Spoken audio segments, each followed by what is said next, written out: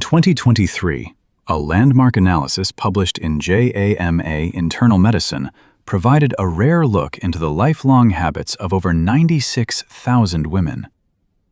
The findings reached a conclusion that complicates one of modern nutrition's most repeated messages. For decades, the primary advice for bone health after 50 has been centered on a singular pillar: increasing animal protein intake. We are told that higher concentrations of meat and dairy are the only way to preserve skeletal integrity. Yet, when the data from this 20-year study was finalized, the evidence pointed somewhere else. The women with the highest bone density and the lowest rates of frailty weren't following the high-protein Western model. They were following a pattern that has been practiced quietly in Okinawa for over a century. For decades, researchers involved in the Okinawa Centenarian Study, including Dr. Makoto Suzuki, Dr. Bradley Wilcox, and their colleagues, examined one of the most unusual aging populations ever documented. Older Okinawans, particularly those born in the early 20th century, historically showed remarkably low rates of cardiovascular disease, lower levels of disability in advanced age, and an unusually high number of people reaching 100. The question was simple: how were so many people remaining active deep into old age without the systems the modern world treats as essential? No endless supplements, no branded anti-aging protocols, no expensive performance labs, no obsession with macros. Only ordinary routines repeated over a lifetime. Travel north on Okinawa Island, and you reach Ogimi, a village long associated with longevity. There, researchers documented elders such as Mrs. Zakimi, who in advanced age could still rise from the floor without assistance, walk uphill to a neighbor's home, tend a garden, and prepare meals by hand. To many outsiders, this looks unremarkable. To longevity researchers, it is the kind of unremarkable behavior that changes everything. Because aging is rarely determined by dramatic moments, it is shaped by thousands of small signals repeated for decades. One of those signals is diet composition. Traditional Okinawan diets before Westernization were centered heavily around sweet potatoes, vegetables, legumes, greens, and modest amounts of fish or pork used more sparingly than in many modern diets. The purple Okinawan sweet potato, known as beni imo, became iconic, not because it was fashionable, but because it was practical, nourishing, and abundant. This matters because carbohydrates are not one category. Refined pastries, sugary cereals, sweet drinks, and white flour products behave very differently in the body than fiber-rich root vegetables eaten whole. A sweet potato carries carbohydrate packaged with fiber, potassium, and plant compounds that slow digestion and moderate blood sugar response. It does not arrive metabolically the way processed food does. The purple pigment itself tells another story. Beni imo contains anthocyanins, the same family of compounds found in blueberries and blackberries. In nature, these pigments help protect the plant from environmental stress. They are part of the plant's own defense system. Researchers are now studying whether these compounds may also support human health through pathways linked to oxidative stress regulation, vascular function, and cellular resilience. Some laboratory findings have explored links involving FOXO3, FOXO3, a gene associated with stress resistance and healthy aging. If you find this clinical breakdown of longevity valuable, consider subscribing to Blue Zone Blueprint. We declassify the biological and lifestyle secrets of the world's longest-lived people every single week. That does not mean one sweet potato is a miracle. It means decades of eating nutrient-dense staple foods may create a biological environment very different from decades of eating refined convenience foods. But researchers noticed something even stranger. it was not only what many Okinawans ate, it was how little excess they seemed to require. Okinawan culture is well known for the phrase Hara Hachi Bu, eat until you are about 80% full. This is not starvation. It is not punishment. It is not a fad. It is a built-in brake system. Many people eat until discomfort, then call that normal. But satiety signals take time. Eating slightly below fullness may naturally reduce excess calorie intake while preserving comfort and consistency. Over years, that can influence body weight, blood sugar regulation, and inflammatory burden.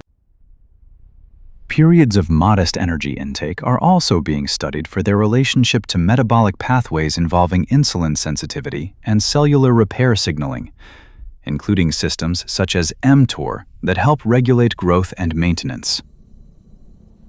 Not through dramatic sacrifice, through stopping a little earlier, thousands of times. Think about the last time you finished a meal. Did you stop because you were nourished or because the plate was empty? That missing 20% may be the difference between enough and excess.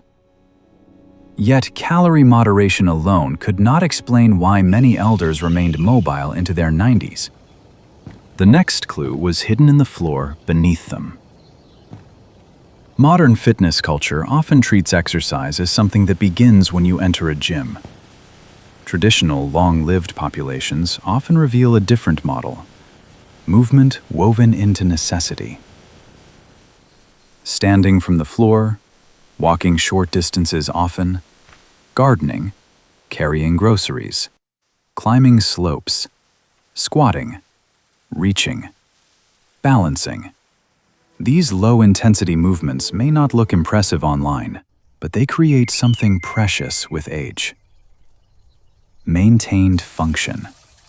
Researchers consistently find that grip strength, walking speed, balance, leg strength, and the ability to rise from a chair or floor strongly predict later life outcomes. The body values usefulness more than spectacle. For much of the 20th century, many older Okinawans also lived in rhythms more closely aligned with sunrise, sunset, and community schedules than the late-night artificial light environment common today. Circadian biology now shows that irregular sleep timing, chronic sleep restriction, and nighttime light exposure can affect metabolic health, mood, and inflammation. No one in Ogimi was discussing circadian signaling over dinner, yet behavior often outruns theory. People can live in ways science later explains, but strong legs and early bedtimes still do not explain something deeper. Why did many elders remain emotionally steady through hardship, loss, and uncertainty? For that, researchers had to look somewhere medicine rarely starts: friendship. In Okinawa, social groups known as moai historically offered long-term networks of support. Friends shared burdens, resources, companionship, and accountability. In modern language, we would call this social resilience. This matters more than many realize. Loneliness has been associated with poorer health outcomes, higher stress burden, and increased mortality risk. Human beings regulate one another. Supportive relationships can influence habits, emotional stability, recovery, and adherence to healthy routines. Sometimes the healthiest intervention is another person. And yet, even that was not the final layer. Some people eat well, some people move daily, some people have friends. Still, they drift. The missing variable was invisible. Japanese culture often uses the word ikigai, a reason to get up in the morning. Not necessarily grand ambition. Sometimes it is tending a garden, caring for grandchildren, practicing a craft, serving neighbors, being needed. Research has linked a stronger sense of purpose with better health outcomes across multiple populations. While purpose alone does not guarantee longevity, it may shape behavior, resilience, and mental health in ways that accumulate over time. A person with a reason to wake up often behaves differently from a person drifting through the day. This is where the modern search for longevity often becomes confused. We look for the molecule, the hack, the powder, the supplement stack, the one forbidden food, the one magical food. But long-lived populations repeatedly suggest a less glamorous answer.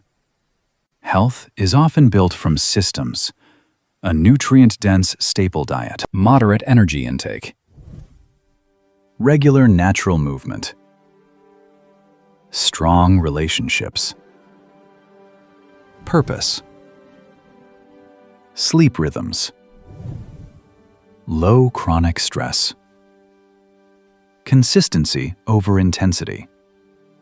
No single part is enough. Together, they become powerful. That does not mean you must live exactly like Okinawans. Their history, genetics, environment, and culture are specific to them. But principles travel even when traditions do not. Choose whole food carbohydrates over refined ones. Treat protein as important, not magical. Eat until satisfied, not overloaded. Walk daily. Maintain leg strength and balance. Protect sleep. Build real friendships. Stay useful to others. Create a reason to wake up tomorrow. The people of Ogimi may never have called this optimization. They called it life.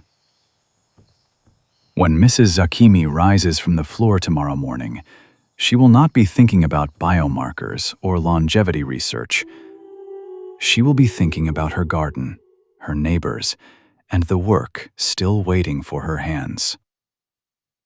Perhaps that is the deeper lesson hidden inside longevity science.